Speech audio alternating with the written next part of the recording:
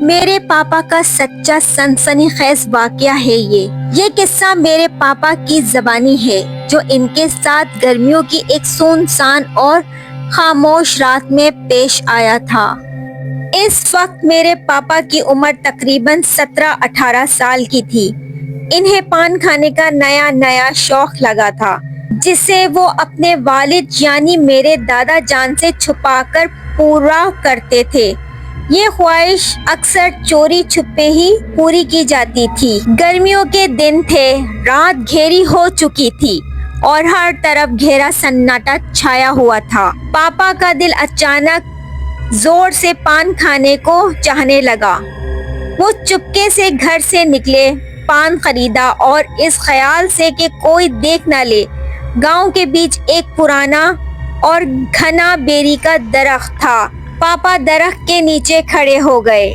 اس کا سایہ گہرا تھا اور اندھیرا بھی سب سے زیادہ تھا۔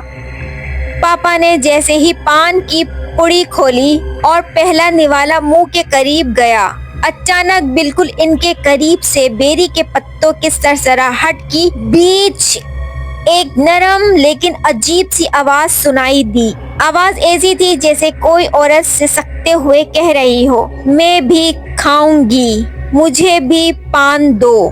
پاپا ہڑبڑا کر رک گئے۔ انہوں نے فوراً پلٹ کر پیچھے دیکھا مگر وہاں کوئی نہیں تھا، صرف درخت کا گھنا سایہ تھا۔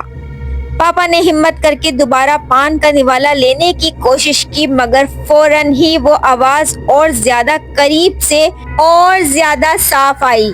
یہ آواز غصے والی شدید تھی، مجھے بھی پان کھانا ہے، کیوں چھپا رہے ہو، جلدی مجھے دو۔ اب پاپا کو یقین ہو گیا کہ یہ کوئی وہم نہیں ہے۔ ان کے جسم میں خوف کی لہر دوڑ گئی۔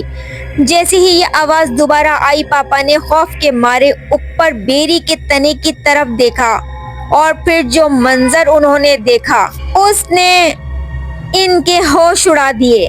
درخت کی ایک موٹی شاخ پر ایک انتہائی خوفناک شکل کی عورت بیٹھی تھی۔ اس کی آنکھیں شعلے کی طرح دہک رہی تھی اور چہرہ غیر انسانی تھا۔ پاپا اسے دیکھتے ہی پتھر کے ہو گئے۔ پاپا کے ہاتھ سے پان کی پڑی گر گئی، ان کے پاؤں میں جیسے جان ہی نہ رہی اور وہ فوراً اللہ کا کلام پڑھتے ہوئے پوری رفتار سے وہاں سے بھاگے۔ وہ خوفناک آواز ان کا پیچھا کر رہی تھی، رک جاؤ، میرا پان دے کر جاؤ۔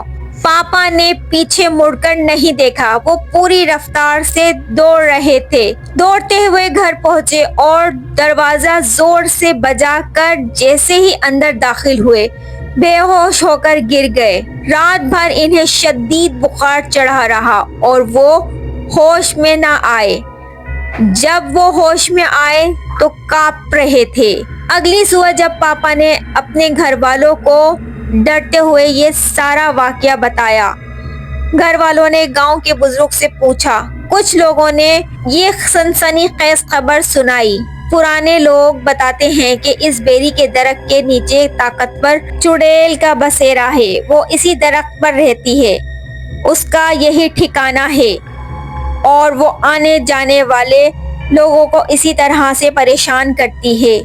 رات گئے اگر کوئی مسافر اس جگہ سے گزرتا ہے تو وہ اسی طرح سے پریشان کرتی ہے اور ڈراتی ہے۔